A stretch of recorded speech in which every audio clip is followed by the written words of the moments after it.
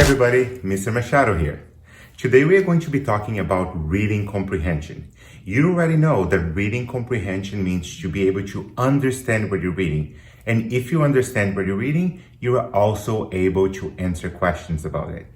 Last week, we learned that there are several different ways or strategies that I can use to improve my reading comprehension. We learned that one way for us to improve our reading comprehension is by making connections. I can make connections between the text that I'm reading and my own life. I can make connections between the text that I'm reading and another text, another story that I read, or I can make connections between the text that I'm reading and the world around me. That's one of the strategies we can use to improve our reading comprehension. Today we are going to be talking about a different strategy that we can use to improve our reading comprehension. We are going to be talking about summarizing. Summarizing is simply the ability to retell. The word summary or to summarize, it's a fancy way to say to retell. So when you are retelling something, you are literally just saying that story again, but instead of using the author's words, you're using your own words. So to retell is to be able to tell something in your own words. How can I use that strategy? How can I use summarize to improve my reading comprehension? A few different ways. First, you can, while you're reading, pause and retell the important parts to yourself. So instead of reading a whole text from beginning to end, you can read a few paragraphs, you can stop, and you can tell yourself, what is the most important part? What is the main idea of these paragraphs that I read about? The fourth graders practice this a lot. Every time we read a new text, we stop and we write a gist about the paragraphs that we just read. That is a way to practice summarizing. I'm stopping and I'm trying to focus on the main points, on the most important things on those paragraphs before I move on. And another way for me to practice summarizing is after I finish reading, you can tell what the story is about using your own words. You can tell that to someone else or you can write a little summary. And that's something that we are going to be practicing today. We are going to be reading a new passage called the Olympic Games, and we are going to practice how to summarize the passage together using that story. So as you know, every time we have a new story, every time we have a new passage, I like to have you read the story by yourself once. Try to read all the words you know. If you see any words you do not know, try to sound them out. And then we are going to read the passage again together, okay? So after we finish reading the passage 2 times, I can talk to you guys a little bit about our exit ticket for today. So here's the passage. You do the first read. Make sure to pause the video, read the whole passage by yourself, and then we're going to read it together.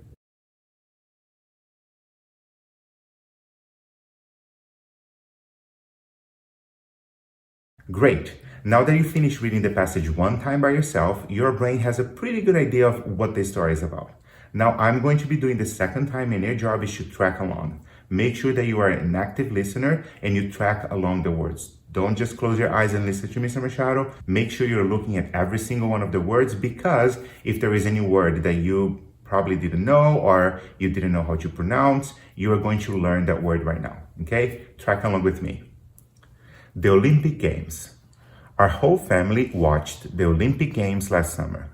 We didn't have to travel anywhere to see the games. We watched them on TV in our living room. The Olympics are held every 4 years. There is both a Summer Olympics and a Winter Olympics. My favorite sports in the summer are swimming and track and field. In the winter, my favorites are sledding and ice skating. The skaters are so skilled that they make skating look easy, even though it isn't. I like to watch their jumps and spins. The athletes who come in first, second, and third place receive medals. First place is gold and second place is silver. The third place medal is bronze. When they get their medals, the athletes stand beneath their country's flag. His or her country's song is played for everyone to hear. The Olympic Games have been around for 200 years. They began with only one race. The games soon grew to last 5 days and more sports were added. The Olympics had strange rules at first. One rule was that only men could be in the games or even watch. Today, both women and men take part in over 20 different sports. The athletes come from all around the world.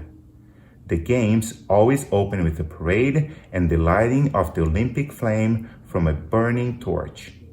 Teams of runners carry the torch from the site of the first games all the way to the country hosting the games. Beautiful. So we just read the passage 2 times, and now it's time to talk about our assignments for today. Today is going to look a little different. We are going to have 2 different assignments for this activity. 1 assignment today, 1 assignment tomorrow. Today we are going to practice how to summarize. We are going to practice the comprehension strategy that we just learned. And then tomorrow we are going to answer the comprehension questions about the passage, the Olympic Games. So today, Monday, our assignment is the summary of the passage. When you go to your Google Classroom, you are going to see some slides with a graphic organizer where we are going to be working on summarizing this passage. This is what the chart looks like. On the first section, you are going to write the 3 most important words in the passage. It's up to you to figure out what you think are the most important words in the passage, the Olympic Games. You are going to write all those words there.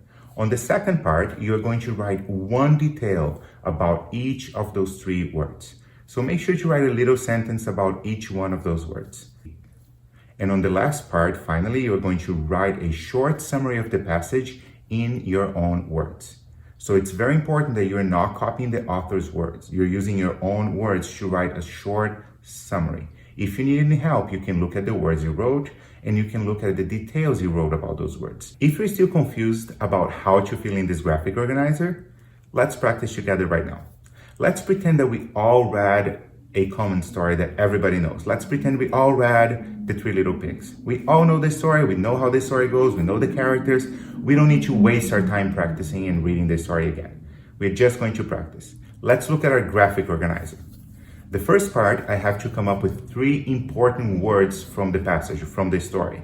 So if we read The 3 Little Pigs, I think we have to mention the word wolf. That's going to be my first word. My second important word about the story would be the word pigs, because I think it's very important for me to mention them. And the last important word, let me think, it's going to be the word brick, because I think that's the only house that didn't get destroyed by the wolf. So that's definitely an important word. Great. Now let's go to the second part. Now I have to write 1 detail about each of the words that I chose, each one of the 3 words. So my first word was the word wolf. Which detail can I write about the wolf? What is a sentence I can write about the wolf? Okay, I'm going to write down the wolf wanted to eat the pigs. That's the detail about the wolf. That's all I need to know about the wolf for now. Second sentence. The second word I chose was the word pigs. So what can I write about the pigs?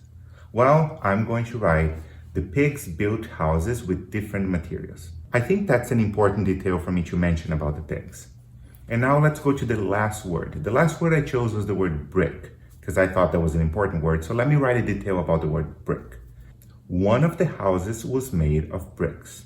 I believe that's an important detail, important information from this story as well. So now that I chose my 3 important words and I wrote 1 detail for each one of those words, I can write a short summary of the passage of the story in my own words. So I'm not going to go back to the story and copy the words. I'm going to write in my own words, and it's a short summary. One thing that I see a lot of students doing, a lot of students ended up copying the whole passage and their summary become a second version of the story. That's not the purpose of summarizing. To summarize is just to retell the most important information. So now that I have my words, now that I have my sentences, I can write a short summary. The passage or the story was about 3 little pigs who built their houses with different materials. The wolf blew down the houses made of straw and sticks, but he did not destroy the house made of bricks. So that's a short summary. You know the most important details about the story, and that's in my own words. That's what you're going to do, but instead of using the 3 little pigs, remember, this was just an example. I want you to do this, complete this chart, using the passage that we just read, the Olympic Games. So if you need to go back, reread the passage, or if you need to go back and listen to Mr. Machado read the passage again, it's okay. Make sure that you complete the graphic organizer using the information from that passage. Choose your 3 words, write 1 detail for each one of the words, and then finally you can write your summary. On Tuesday, your assignment is going to be answering the comprehension questions. So now that we read the passage a few times and we're able to write a summary about them, we can finally answer the comprehension questions. And again, to comprehend means to understand. So by answering these questions, I can show that I actually understood what the passage was about. So let's take a look at the questions. How often are the Olympics? How long have there been Olympic Games? How are the Olympics different today than they were in the beginning? What happens before the Olympic torch can be lighted at the opening of the Olympic Games? Why did the author write this story? So that's it. Remember, you have 2 different assignments for this video. One assignment on Monday, you are going to complete the graphic organizer and summarize the passage. And on Tuesday, you're going to see a different assignment on Google Classroom with the comprehension questions. And that's your assignment for Tuesday. Okay? I hope you guys enjoy learning a little more about reading comprehension, and I'll see you guys next time. Take care.